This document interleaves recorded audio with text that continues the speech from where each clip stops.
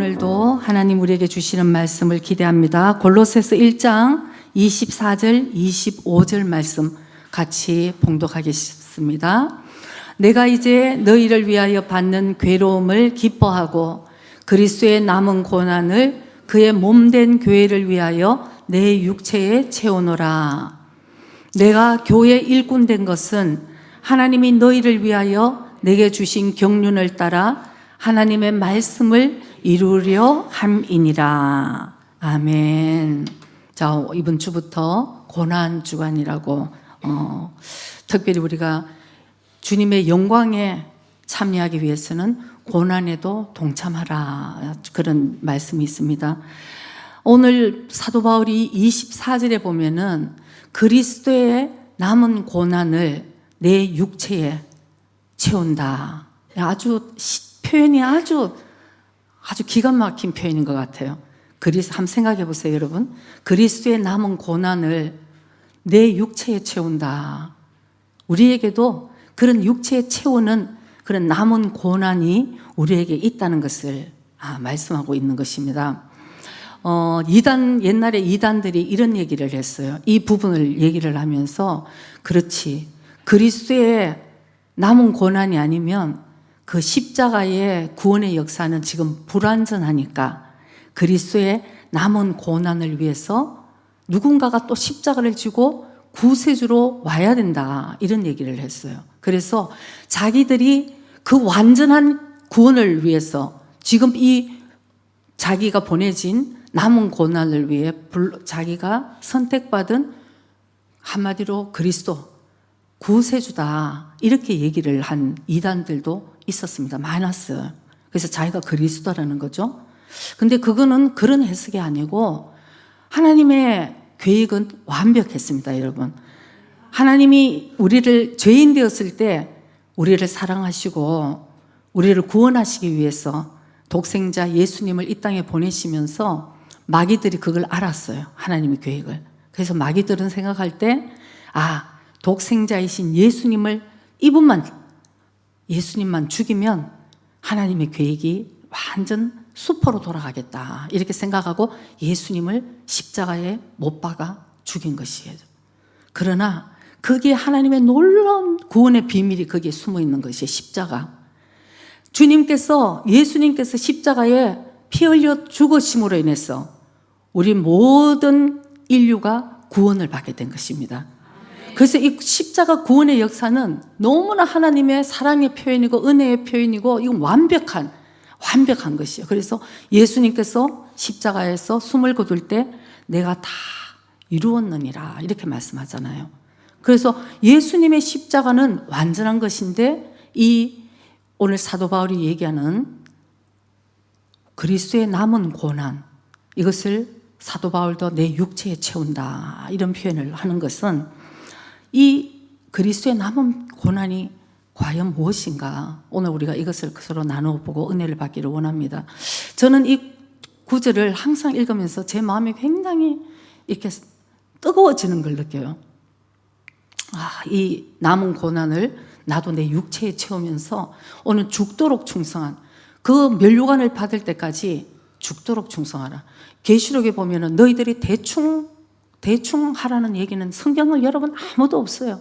너희들이 죄와 싸울 때도 피 흘리기까지 싸우라고 말씀하시고, 너희들이 충성하되 죽도록 충성하라는 말씀이 성경은 우리에게 있기 때문에 그리스도의 남은 고난을 내 육체에 채운다는 것은 이미 생각만 해도 나에게 이게 괴로움이 있다는 거죠. 고난이 있다는 거죠. 근데 더한 것은 그것을 기쁨으로 여긴다는 사도 바울의 고백인 것이에요. 저는 어제도 이걸 다시 읽으면서 이 사도 바울은 아마 본인도 그런 마음이 있었지만 이건 완전 성령님의 감동을 받아서 사도 바울이 이런 고백을 드리지 않았겠는가, 이런 생각을 합니다. 사도 바울은 이미 예수님을 만나고 본인의 삶이 180도가 바뀌어진 것을 우리가 다 압니다. 사도 바울은 여러분 어떤 사람이었습니까? 사도 바울은 유대인의 가장 초엘리트, 그런 집안에서 아주 사람들이 나는 이런 집안에서 자랐어, 이런 걸 자랑할 때마다 사도 바울은 한마디로 그냥 끝을 낼 수 있는 사람이에요. 대제사장이 막 자기는 돈 주고 로마의 시민권을 샀다고 아주 자랑을 하면 사도 바울은 한 말이 나는 나면서부터 로마인이에요. 나는 가말리엘에서 받았고 나는 뭐 사도 바울의 모든 상황은 그 당시 굉장히 아주 엘리트의 삶을 살았어요. 그런 유대인의 사도 바울이 지금도 이스라엘에는 유대인들이 지금도 아직 구세주를 기다리는 유대인들이 많아요. 그러니까 예수님을 인정을 안 하는 거죠. 나사렛에서 무슨 선한 것이 날 수 있겠느냐 이제 이러면서 아주 예수님을 받아들이지 않는. 그러니까 사도 바울도 처음에는 그런 사람이었던 거예요. 유대인으로서 나사렛에서 무슨 예수가 구세주가 태어나겠냐. 예수님의 소문을 듣고도 너무 화가 난 거예요. 그래서 신성모독이라고 생각을 한 거죠. 뭐 자기가 하나님의 아들이라고 유대인이 생각할 때 이것만큼 큰 죄는 없는 거예요. 자기가 무슨 하나님의 아들이라는 내가. 그래서 사도 바울은 했는 일이 그리스도인들을 잡아 죽이는 일. 성경에 그게 쓰였어요. 잡아 죽이는 일이 사도 바울의 사명이었어 그 당시. 그래서 멀리 가서 이 사람들을 잡아서 옥에 가두고 이 사람들을 잡아서 박해를 하고 핍박을 하고 이 사람들을 죽이고 이런 열심으로 살았던 사람이에요. 그것이 하나님을 위하는 삶이라고 생각을 하고 살았죠. 그러던 사도 바울이 어느 날 대제사장들과 그 모든 종교 지도자들의 허락을 받았어. 다메섹에 있는 또 그리스도인들을 잡으러 갑니다. 이것들을 잡아갖고 아주 처형을 해야 되나. 핍박 플러스 옥에 가두는 것 플러스 아주 그냥 죽여야 되는 거죠. 그래서 이제 다메섹으로 가는데 홀연히 낮에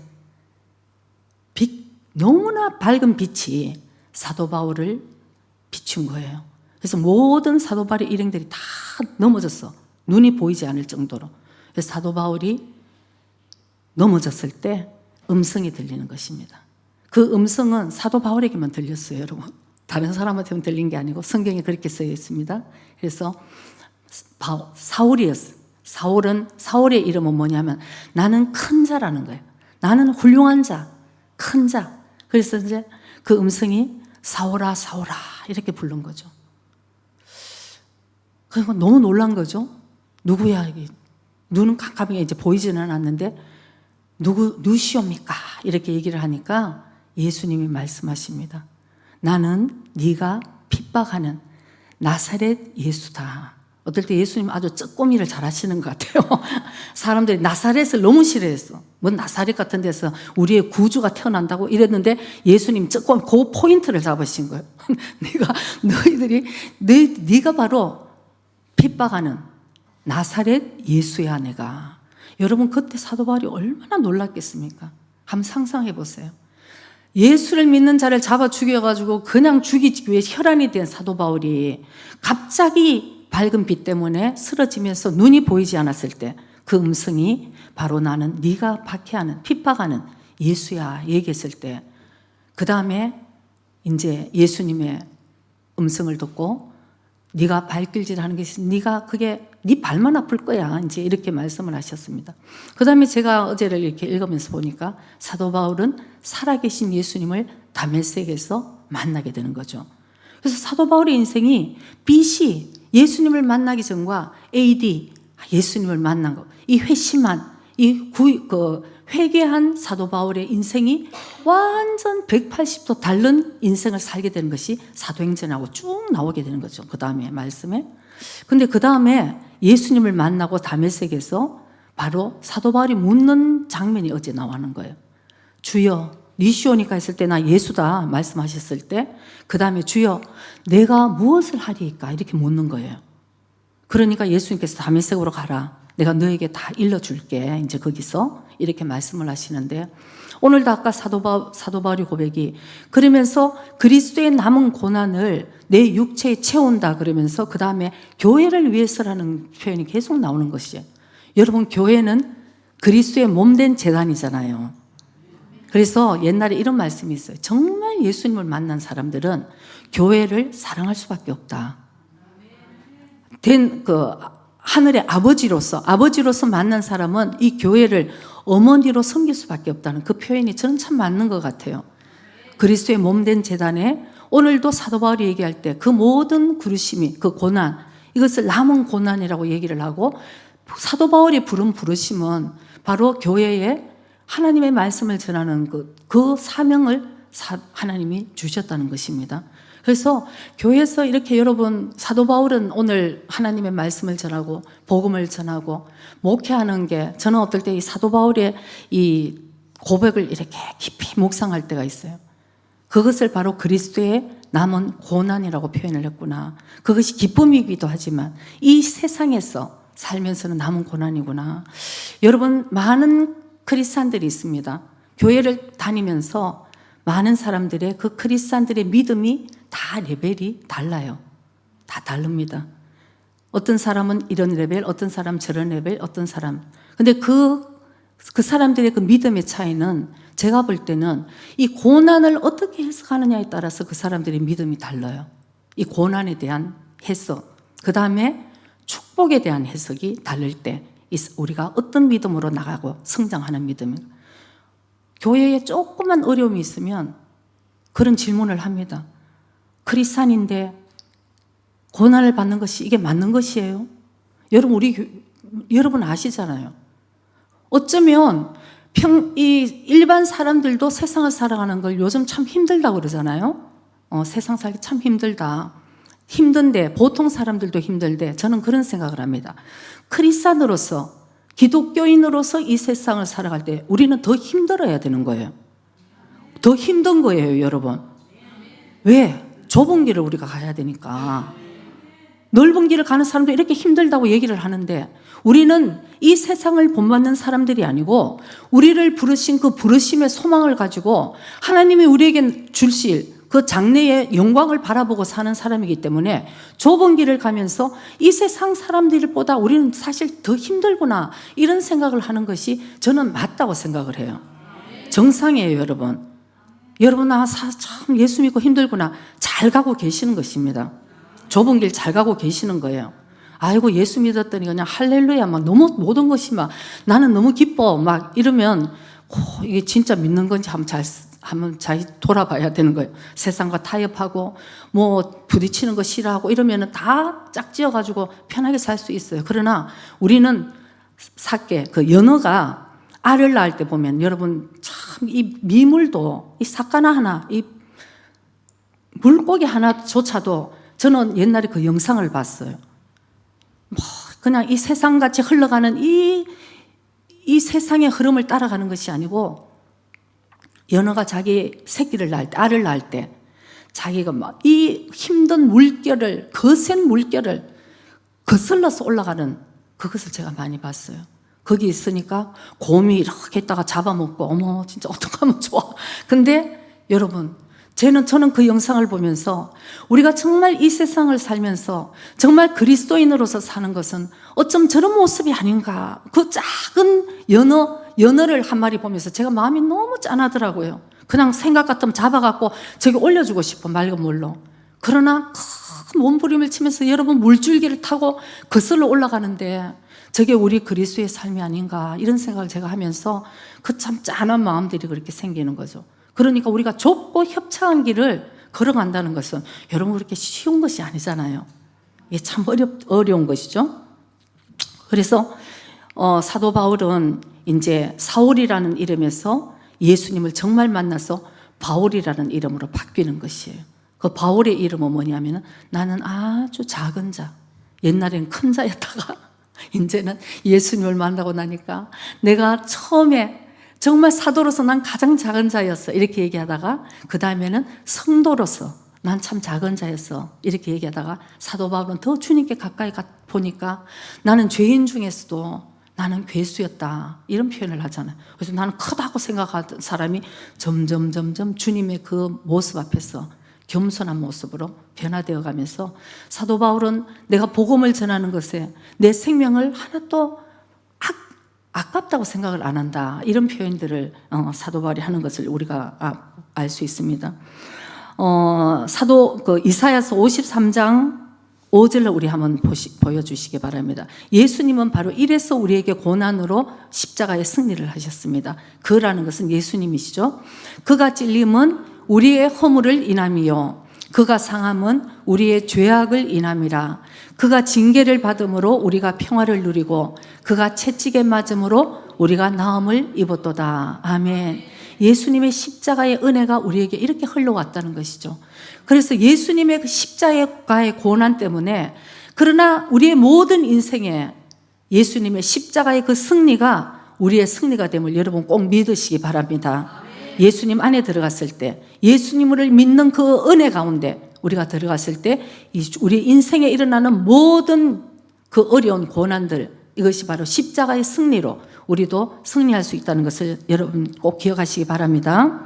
그래서 예수님은 이런 걸로 십자가의 고난을 우리를 승리케 하셨는데, 바로 이런 고난이 우리에게도 우리의 몸된 재단에 바로 우리에게 남은 고난으로서 우리에게 주어졌다. 우리가 이렇게 생각이 됩니다. 그래서 아까 얘기할 때 바로 예수님을 만났을 때 사도 바울이 주여 내가 무엇을 하리까 이렇게 고백을 하는 거죠. 묻는 것이죠.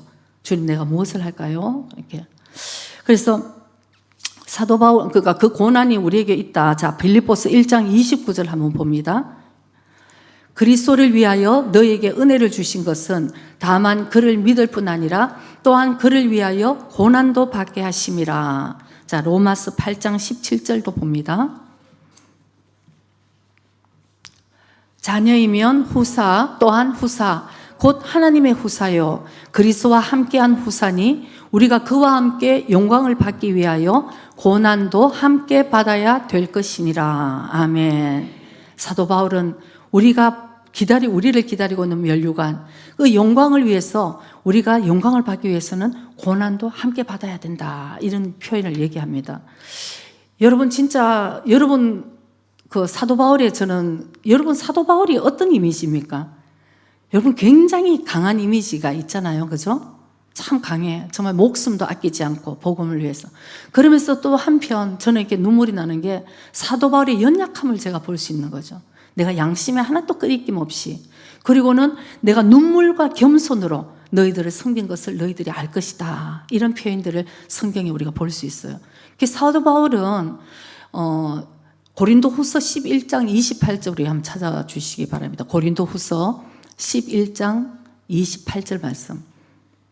제가 어떨 때 이렇게 묵상하는 말씀이에요. 그 위에까지 보면은 사도 바울이 외부에서도 많은 핍박을 받은 것을 이제 열거를 하면서 28절에는 그 외에 일은 고사하고 오히려 날마다 내 속에 눌리는 일이 있으니 곧 모든 교회를 위하여 염려하는 것이라. 아멘. 여러분이 목회를 해보니까요, 이게 제가 은혜가 사도 바울의 이 말을 알게 되겠고 예수님의 그 심정을 알게 되겠고 하나님의 마음을 내가 조금 이해하게 됐다는 게 그게 저한테 참 감사하더라고요.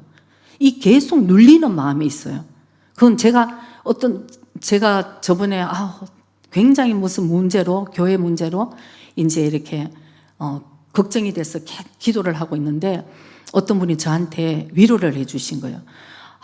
사모님 그냥 너무 사모님이 이렇게 성격이 꼼꼼하신 것 같아요. 이렇게 툭 틀어놓고 그냥 너무 걱정하지 마세요. 이제 이렇게 얘기를 했어요. 그래서 저도 참 고맙더라고요. 그러나 여러분 그거 툭 털어진다고 털어지는 일이 아니에요. 사도 바울과 같이 이 강한 사람도 날마다 하나님의 교회에 눌리는 일이 있어요. 이 마음에. 여러분들이 약하면 그 약한 것이 또 마음이 이제 걸려서 기도하게 되고, 교회에 어떤 문제가 생기면 여러분 잠을 못 자요. 이 문제, 이걸 가지고 기도하고. 그러니까 사도 바울은 얘기를 합니다. 그러니까 여러분들이 지도자에게, 여러분들이 교회 목회자들에게 순종하고 복종하라는 얘기를 하는 거예요. 왜? 그들은 너희의 그 영혼을 책임지는 그런 미하리, 그냥 뭐예요? 한국말은 미하리가 응?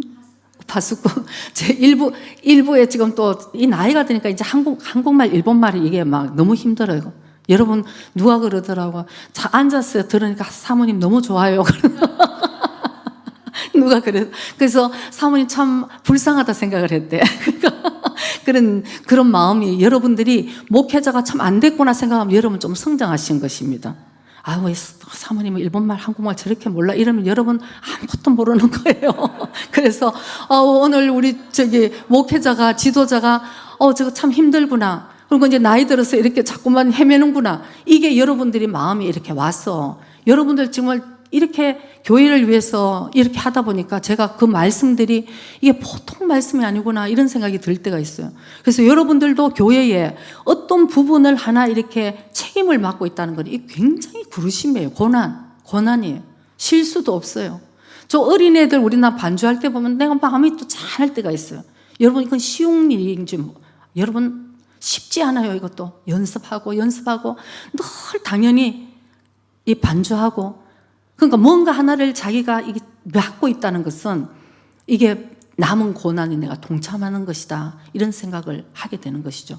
그리고 그런 일들에 대해서 충성스럽게 해주는 것에 대해서 너무나 감사한 거예요. 제가 해보니까 말 안 해도 저절로 진짜 하나님이 충성하고 하나님의 몸된 제단에 이렇게 하는 것에 대해서 너무나 감사드리고 있는 거예요. 그건 왜냐하면 우리가 그리스도의 몸된 제단에 우리가 남은 고난이 있어서 별로 우리가 충성스럽게 우리가 이제 섬기는 것이죠.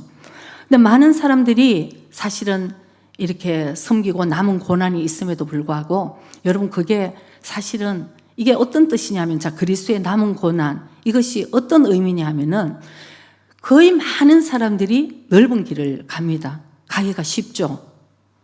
편하고 가기가 쉽고 또 많은 사람이 가니까 어떤 의미로는 안심도 되고 우리도 다 그 길로 가고 싶어요. 사람들은. 그러나 예수님의 말씀 하나님의 생명은 너희들 큰 길로 가면 안 돼. 좁고 협착한 생명의 길로 오라고 주님은 말씀하시잖아요.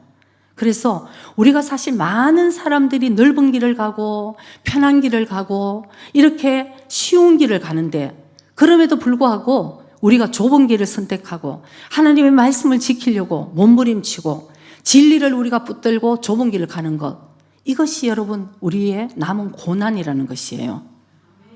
여러분은 그런 고난 안 당하고 계시나요? 저는 이게 너무나 깊이 들어서 그저 아멘이 되는데 여러분들이 이게 고난일까? 이렇게 생각을 하는 분들은 혹시나 그렇게 넓은 길을 가고 있는지도 모르겠네요. 저는 제가 몸부림을 치면서 하나님의 말씀대로 내가 좁은 길을 가고 진리를 내가 붙들고 가야 되겠다 생각하니까 아주 이 말씀이 너무너무 가슴에 와닿는 거죠. 이게 얼마나 힘든 일인가. 우리 다 약한데 약한 사람들끼리 넓은 길을 가고 편한 길을 가고 타협을 하고 두려워서 그냥 덮고 이렇게 가면 너무너무 편한데 주님은 그 길이 아니라고 말씀하실 때 우리가 이것을 지키고 나가는 것이 우리에게 참 남은 고난이다 이런 생각을 하게 됩니다. 그래서 여러분 왜 그런데 이것이 고난이라는 표현을 했을까요? 왜 고난인가? 오늘 여러분들에게 말씀드리고 싶은 것은 왜 고난인가?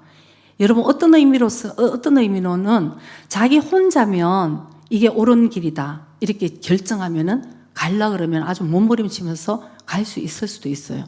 몰라도 어떤 사람 같이 해야 되는데 성격상 제 성격으로 보면 나는 혼자 같으면 어떤 일이 있어도 좀 이 길이 맞다 그러면은 내가 막 힘들어도 내가 갈 수 있겠다 이런 생각이 그런 성격들이 좀 있는데 왜 고난이냐 하면은 사랑하는 가족들이 있고 사랑하는 교회 식구들이 있고 또 직장 동료들이 있고 그런 분들이 여러분 믿지 아니하는 사람들이 다 넓은 길로 가잖아요.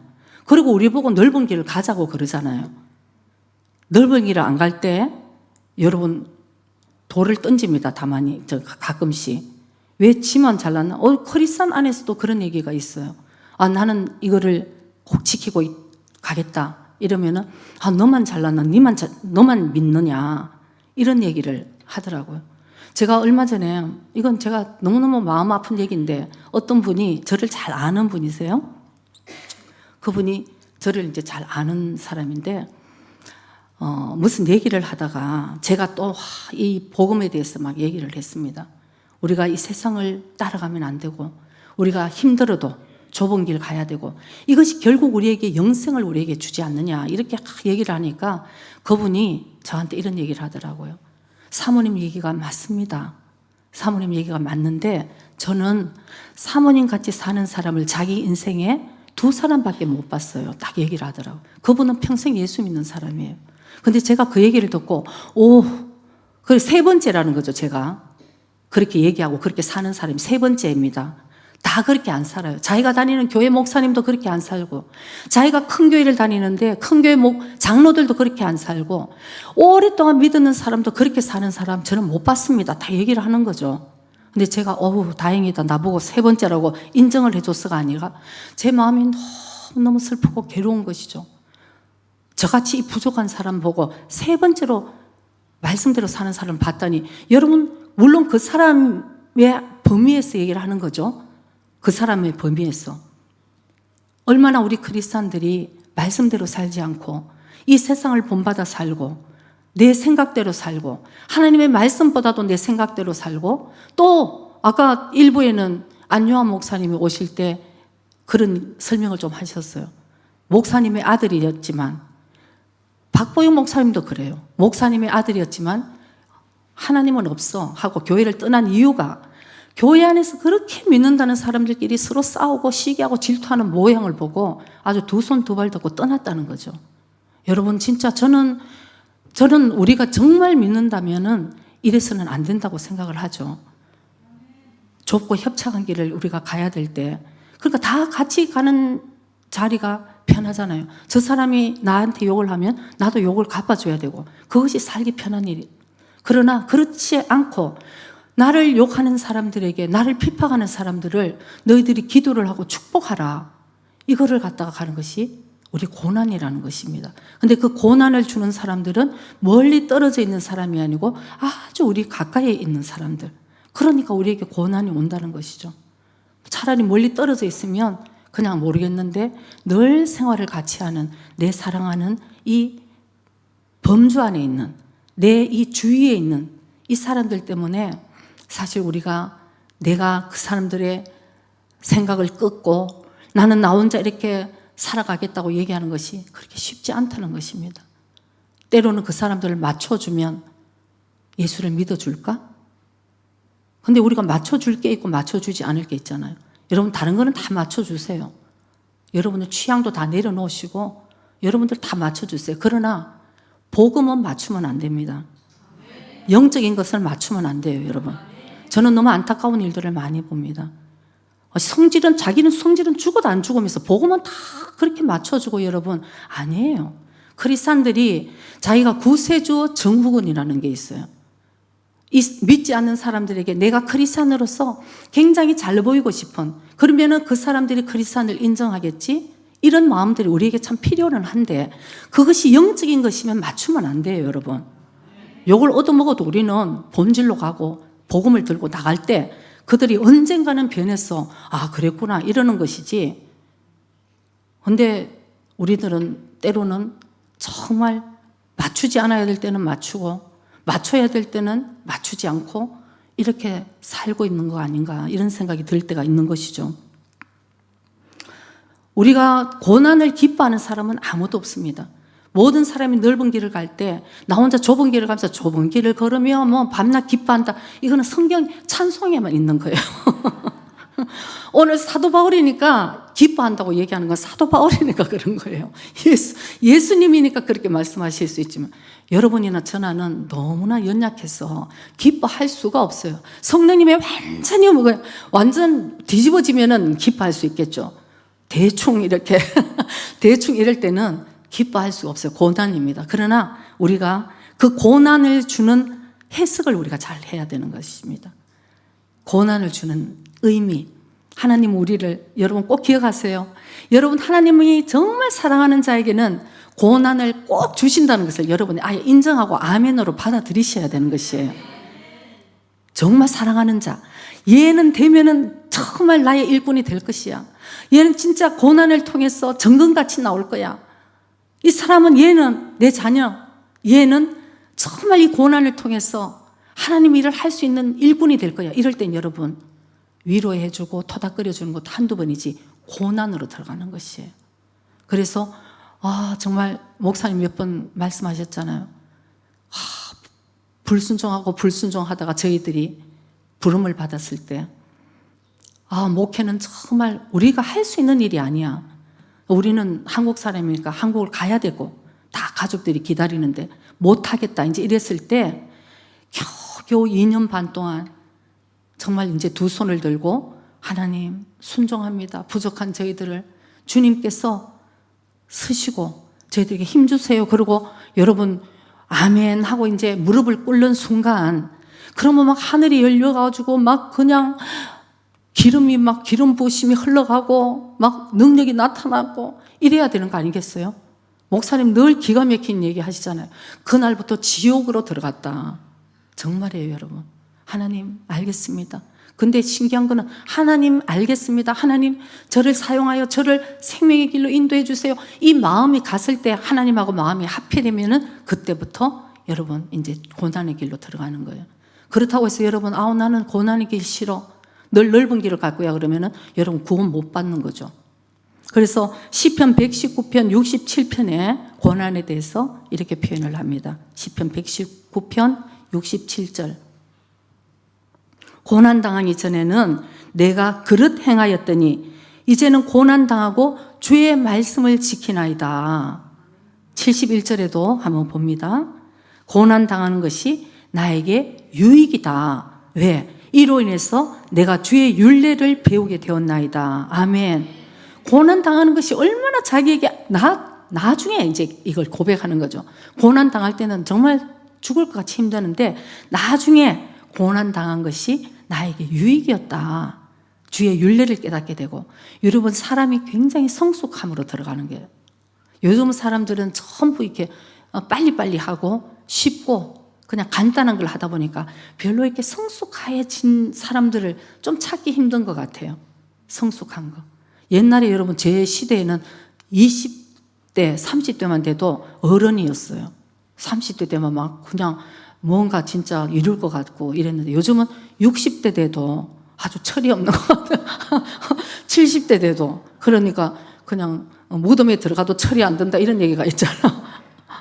죽을 생각도 안 하고 우리는 영원히 살 것 같은. 이렇게 성숙한 사람이 없어. 그래서 어떤 사람이 전번에 누가 그러는 거예요.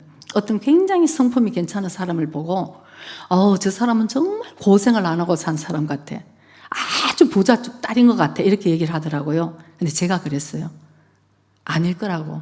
저 사람은 많은 고난을 잘 견디고 왔는 사람이다. 난주 보니까 너무나 가난했는데도 그 고난을 주님 앞에 훈련을 받고 잘 견디다 보니까 주님의 냄새가 이렇게 향기가 이렇게 나는 그런 사람으로 변해요.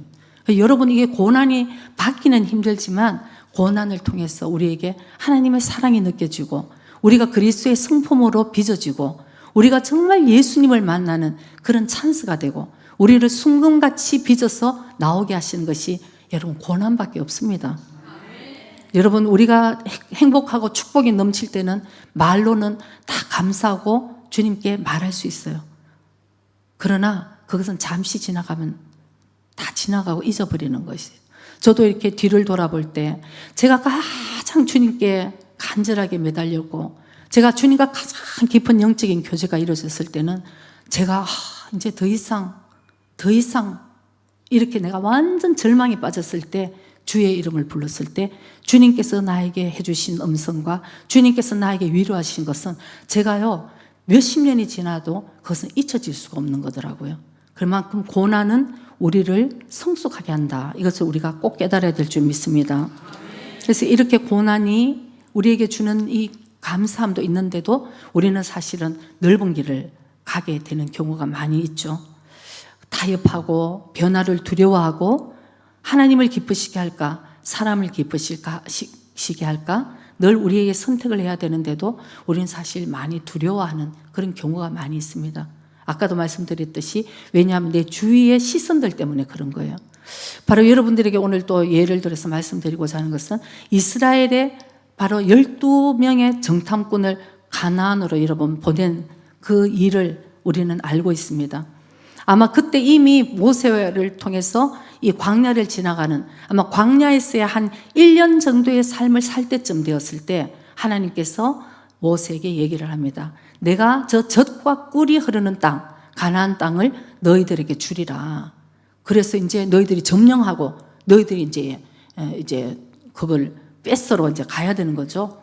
그런데 모세가 그때 12부족의 한 사람 한 사람 대표들을 불러서 이 정탐꾼을 만들어서 가나안 땅이 어떤 것인지 정탐을 하러 보내는 것입니다. 그래서 이제 12명이 갔어요. 그런데 문제는 정탐을 다 하고 그 땅을 다 살피고 조사하고 와서 보고를 할 때 바로 그 서로의 의견들이 달랐다는 것입니다. 10명은 갔다 와서 하나님이 우리에게 주신다고 약속을 하셨음에도 불구하고 가서 보니까 안 되겠다는 거죠.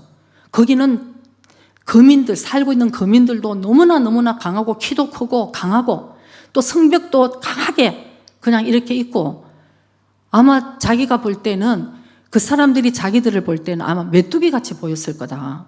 우리가 봐도 메뚜기 같고 그 사람들이 볼 때 자기들이 메뚜기 같이 보였을 거다. 그러니까 안 된다. 이렇게 얘기를 했던 것이죠. 10명이. 그 대신 2명 여호수아와 갈렙은 다 진정시키고 내 말을 잘 들으라 이렇게 얘기를 한 겁니다. 하나님이 우리와 함께 하시면 우리는 저 땅을 우리가 점령할 수 있어. 우리 것으로 하나님이 주신다고 하셨으니까. 그리고 우리도 그쪽을 우리가 점령을 하고 우리의 자자손손까지 그 땅을 물려줄 수 있다. 그 대신 우리가 하나님께 거역하면 안 되고 우리가 그 땅 거민들을 두려워해서는 안 된다는 얘기를 강하게 합니다. 그런데 여러분 그 말을 듣고 그 10명과 이스라엘 민족들이 결국은 그 10명이 얘기하는 얘기를 받아들였어요. 그래 우리가 가면 우리가 오히려 큰일 날 것 같다.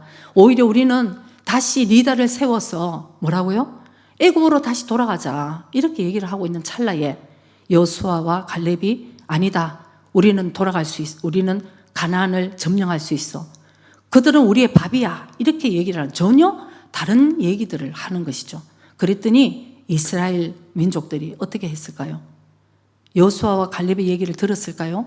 이들의 하나님이 주신 마음을 가지고 얘기한 이 말을 들었을까요? 아닙니다. 그때부터 돌을 던져가지고 죽이려고 했던 거예요. 이런 모습을 보면 여러분 그냥 성경에서 나온 얘기가 아니고 우리 주위에도 지금 이런 일들이 많이 일어나는 것입니다. 옳은 소리하고 바른 진리의 얘기를 하면은 사람들이 고맙습니다. 그랬군요가 아니고 저 사람하고는 나하고는 이제는 관계를 끊고 그 사람과는 이제 우리는 적이 되는 것이죠. 성경을 보면 하나님의 말씀, 근데 하나님께서는 여호수아와 갈렙을 칭찬을 하신 거예요. 내가 여호수아와 갈렙은 저들과 마음이 달랐어. 내가 준 마음을 그대로 붙들고 마무리 도우시다. 그러니까 그 마음을 지켰다는 얘기죠. 그러니까 내가 여호수아와 갈렙은 내가 주고자 하는 그 가나안 땅을 들어가게 하고 저들의 자손에게 이 가나안 땅을 물려주겠어. 그 다음에 돌로 치려 하고 믿음으로 보지 못하고 서로 옳은 소리를 해도 그 말을 오히려 돌로 쳐서 죽이려고 했던 그 이스라엘 민족은 광야에서 여러분 다 죽었던 것입니다. 그래서 바로 우리 성경에 보면은 하나님의 말씀을 온전히 순종하고 좁은 길을 가며 진리의 길을 가는 사람들은 거의 다 가면 여러분 다 주위 사람들에게 어려움을 당했다는 것을 알 수 있어요. 저 멀리 사는 사람하고 우리하고는 상관이 없다는 거죠. 바로 보면은 모세도 마찬가지였습니다. 모세가 이스라엘 민족을 광야에서 이끌어내서 가나안으로 데리고 가는데도 조금만 자기들이 힘들면 결국은 모세를 돌로 치려 하고 죽이려고 하고 고라 자손들은 완전 당을 지어가지고 그래 땅까지 벌어져서 죽지를 않나? 왜? 다 여러분 감사하고 따라와도 힘든데 다 주위 사람들, 다 따르는 사람들이었어요. 그리고 욥도 마찬가지입니다. 욥의 아내가 저주를 하고 욥의 친구들 때문에 얼마나 힘든지 몰라요.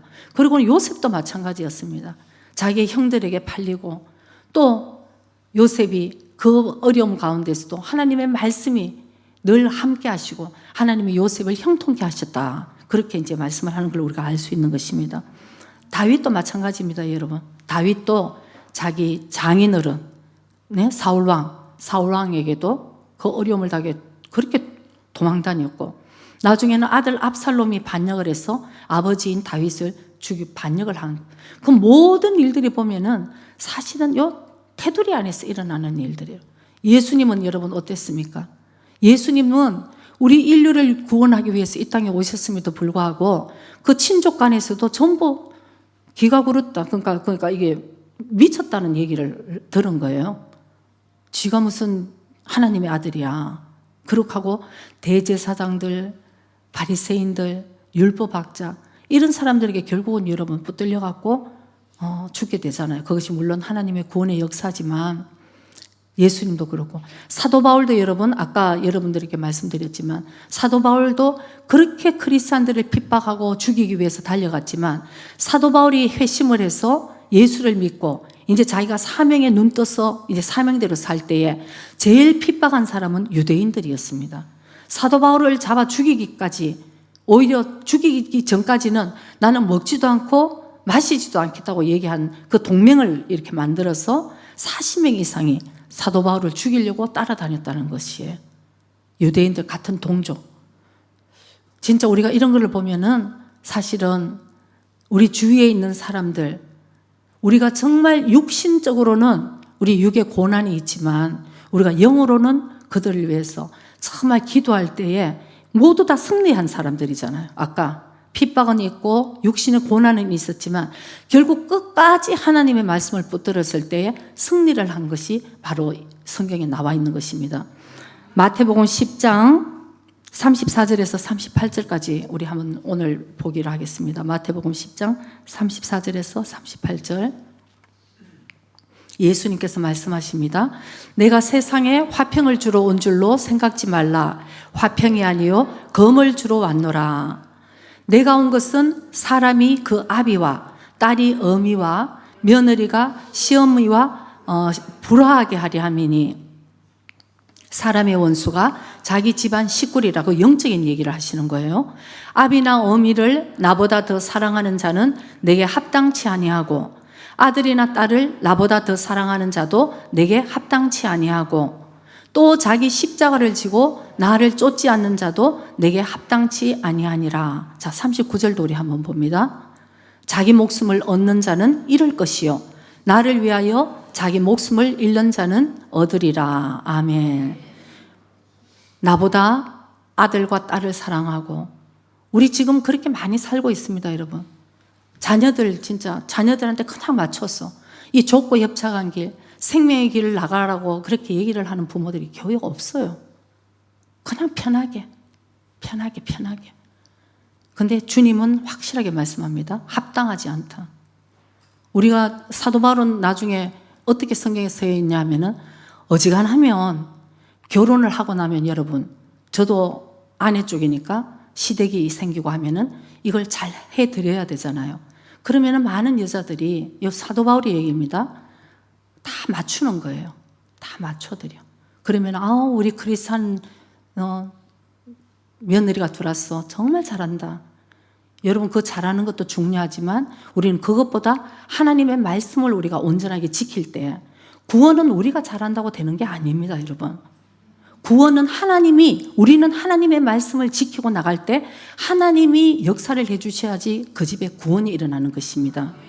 그래서 우리가 이렇게 사람한테 맞추는 거 하나님이 기뻐하시지 않은 경우가 많아요. 그러니까 너희들이 하나님보다 나보다 아들과 딸을 더 사랑하고 가족을 더 사랑하고 어지간하면 여러분 이거 오해는 하지 마세요. 저는 여러분들이 다 결혼해서 행복하게 살기를 원하지만 행복하게 살기를 원하는 그 중심에는 남편을 더욱더 사랑하고 아내의 마음을 흡족하게 그 사도 바울이 그렇게 써놨잖아요. 전부 마음이 갈린다고. 결혼을 해서는 그냥 내 가족을 위해서 내 남편을 기쁘게 하고 내 아내를 기쁘게 하기 위해서 어지간하면 사도 바울이 그래서 그럴 것 같으면 결혼하지 마라. 그게 복되라고 얘기를 했을까요? 우리가 오늘날 이 시대를 살면서 너무나 이 복음적인 말씀대로 살지 않은 시대를 살다 보니까 너무나 우리가 이런 것이 당연하게 생각하고 사는 것이 저는 너무나 두려운 생각이 들 때가 있어요. 사도 바울이 했는 얘기가 진리고 예수님이 하신 말씀이 진리입니다, 여러분. 오늘 문화가 오늘의 이 세대가 진리가 아니라는 것이에요. 그래서 우리가 정말 끝까지 우리가 사실은 이것을 믿음 가운데 지키고 나가야지 우리를 통해서 이 남은 고난을 우리가 이 육체에서 내가 붙들고 나갈 때 하나님이 우리를 들어서 하나님 구원해 주신다는 것을 여러분 꼭 기억하시기 바랍니다. 저도 부족하지만 뒤돌아보면 내 남은 고난이라는 것에 대해서 참 하나님께 감사하면서도 여기까지 그래도 오게 해주신 하나님 은혜가 감사하다고 하지만 내가 뒤돌아보면 나에게도 참 남은 고난이 참 많았다 이런 생각을 합니다.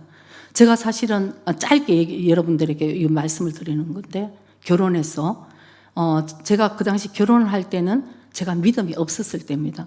그래서 믿음이 없는 세상에 성공하는 사람을 제가 이렇게 만나야 되겠다 이렇게 생각을 하고 우리 지금은 목사님이 되셨지만 만나서 처음에 나는 세상에 단 한 사람 당신을 위해서 난 돈을 벌어서 행복하게 해주겠다 이 얘기에 제가 어머 할렐루야 아멘 이렇게 할렐루야 이제 이렇게 돼가지고 결혼을 했잖아요 여러분. 저는 지금 제가 이렇게 돌아보면 우리 주님이 저의 이 발걸음을 참 기가 막히게 인도를 하셨어요. 우리 목사님하고 그저께도 그 얘기를 했어요.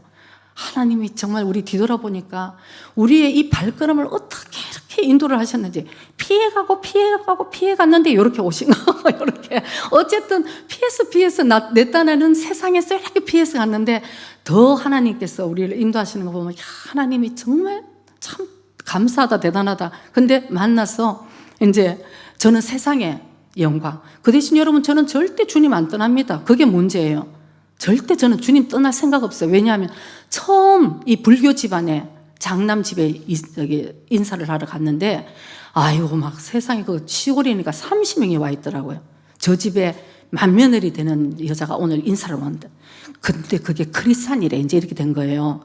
그래서 처음부터 이제 초장에 제가 이제 납작 엎드려야 될 상황인데 제일 먼저 우리 제일 문중의 어르신인 큰어머니가 저한테 딱 물으시더라고요. 듣기로 네가 교회를 다니는 크리스찬이라고 들었는데 이제는 네가 지금까지 예수 믿은 거는 괜찮아. 근데 이제 네가 결혼을 해서 이시문중에 오면은 너는 이제 그때부터 교회는 못 나가고 우리와 함께 절을 다녀야 된다 얘기하시는 거예요. 조용해졌는데 제가 그때 믿음도 없었던 저는 죄송합니다. 저는 지금 믿음이 없음을 저는 정말 믿음이 없는 사람입니다. 그러나 저는 교회를 주일이면은 분명히 저는 주일날 교회를 갑니다. 저는 어떤 일이 있어도 주일은 제가 교회를 갑니다. 그랬더니 이제 너무나 밉상이 된 거예요. 제가.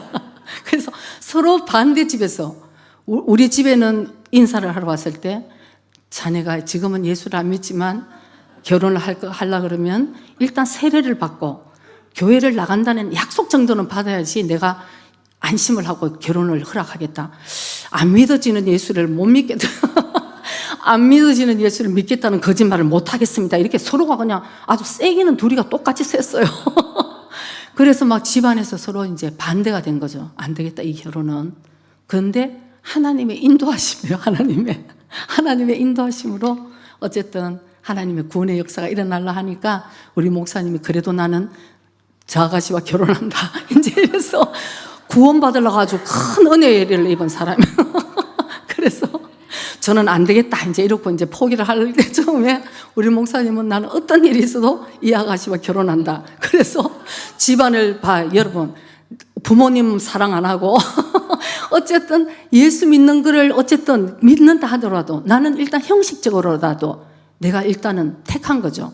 근데 그때부터는 이제 교회를 나가는데 얼마나 괴롭겠어요, 여러분. 참 정말 괴로웠어요. 그러나 저는 그걸 알았어요. 내 남편 될 사람은 믿지 않지만 자기 입으로 약속한 얘기는 꼭 지킬 것이라는 내가 그 믿음은 있었거든요. 그래서 꼭 지키더라고 그거는. 그래서 어느 날 우리 어머니가 시골에서 올라오시니까 심각하게 얘기를 하는 거야. 나 오늘은 못 가겠다. 그래서 왜 그러냐 그랬더니 우리 엄마가 얼마나 마음 아파하시겠냐. 여러분 이러면서 교회를 그래도 다닌 거예요. 근데 어느 날 먼저 된 자가 나중되고 나중된 자가 먼저 돼. 완전 성령을 받아버리니까 여러분 내가 누가 목사하라고 그랬어. 근데 생각해보면 저도 부족하지만 항상 어떤 일이 있어도 제가 편한 길보다 그것이 주님을 정말 만나고 났어요. 내가 편한 것보다 이것이 하나님의 뜻이면 내가 힘들어도 내가 가야 되겠다. 이거는 제가 있었어요. 그래서 목회를 하면서 여러 가지 항상 힘든 일이 있어도 내가 내려놓을 수 있으면 나는 내가 내려놓고 목사님을 위해서, 교회를 위해서, 물론 그게 이제 영적인 부딪힘이 있을 때는 이제 좀 또 그렇지 못할 부분이 당연히 있어야 되겠죠. 그런데 그렇게 오니까 여러분, 제가 잘났다고 제가 먼저 예수를 믿었다고 그런 얘기가 아니고, 제가 오늘 여러분들에게 드리고 싶은 것은 연약하지만 힘이 없지만 우리가 부족하지만 하나님의 말씀을 붙들고 나가려고 할 때 그 길이 열린다는 것입니다. 그래서 우리 어머니가 그렇게 나중에 제가 일본에 오게 됐을 때, 나 이제 정말 내가 늘 힘들면은 한국에 내 집이 있고 한국에 가고 싶을 때 주님이 네가 롯데의 네가 아내가 되려냐고 굉장히 저를 질책했을 때, 제가 3일 만에 가서 있던 짐을 다 정리하고, 주님 나는 정말 갈 데 없습니다. 주님이 나의 정말 안식처고 나는 이제 주님 갈 데 없다고 울면서 왔을 때, 우리 어머니가 또 오신 분이 우리 어머니시죠. 시어머니. 우리 어머니가 저에게 처음으로, 우리 어머니 너무너무 훌륭하신 분이신데 처음으로 저에게 그냥 사태 딱 이렇게 하시면서, 우리 아들이 너만 안 만났어도 우리 아들은 이 세상에서 성공했을 아들인데 목사가 뭐냐고 우리 어머니가 막 우시면서, 그걸 뒤로 하고 저는 이제 일본으로 오게 됐죠. 여러분, 어떻게 회복되겠습니까? 이런 상황이. 그래서 그때 목사님하고 제가 그 좁은 그 개척하는 데서 얼마나 울었는지 몰라요. 하나님 다 보고 계시고 하나님 다 아시고, 하나님 제가 얼마나 오해를 받았고, 하나님의 길을 간다고 이 좁은 길을 그래도 가보겠다고 모양을 잡는데 가족들한테는 얼마나 큰 상처를 주고, 하나님 이게 예수 믿는데 이게 어떻게 이렇게 되냐, 제가 참 많이 울었어요. 근데 주님이 저한테 그런 확신을 주시더라고요. 기다려라. 그래서 한참 오해는 있었죠. 그렇지만 저희들이 정말 드릴 그 태도로 이렇게 성실하게 그래도 모시고 이렇게 섬기고 했을 때, 때가 되니까, 여러분, 때가 돼야 되는 거예요. 그 때라는 것은 하나님이 저에게도 그 구원의 역사가 일어날 때는 때가 필요하지만, 더 중요한 것은 하나님이 저를 또 훈련을 시키는 기간이었더라고요. 그래서 제가 정말 더욱더 낮아지게 되고, 내 힘으로는 아무것도 할 수 없다는 거, 오늘 그야말로 고난으로 들어간 거죠. 주님이 죽이시면 죽이시고 살리시면 살리시고, 저는 꼭 사는 것이 솔직히 별로 그렇게 저한테는 관심사가 아니에요. 그 정도로 하나님이 낮추시고 고난으로 들어갔을 때 하나님이 다 하시는 거예요. 우리 시어머니가 다 구원받으시고 돌아가시기 10년 전에는 이 일본에 있는 저희들을 위해서 새벽 기도를 가시면서 얼마나 기도를 해주시고, 며느리 이제 너만 아니었으면 하셨던 우리 어머니가 며느리가 진짜 얼마나 고맙다 이렇게 말씀을 하시고, 그 다음에는 우리 시동생과 그 모든 구원의 역사들이 하나님이 하시니까 이렇게 일어나는구나, 이런 생각이 들었습니다. 그래서 여러분, 오늘 제가 여러분들에게 말씀드리고자 하는 것은, 모든 흐름이 이 넓은 길로 갈 때 우리는 끝까지 좁은 길을 가고 생명의 길을 가고, 또 하나님의 때가 올 때까지 인내하며 기도하는 저와 여러분이 되시기를 축복합니다. 분명히 우리를 통해서 하나님의 영광을 드러내시고, 바로 우리도 그 면류관을 받는 그날까지 우리의 십자가를 주고 걸어가는 저와 여러분이 되시기를 주의 이름으로 축복합니다. 기도드리겠습니다.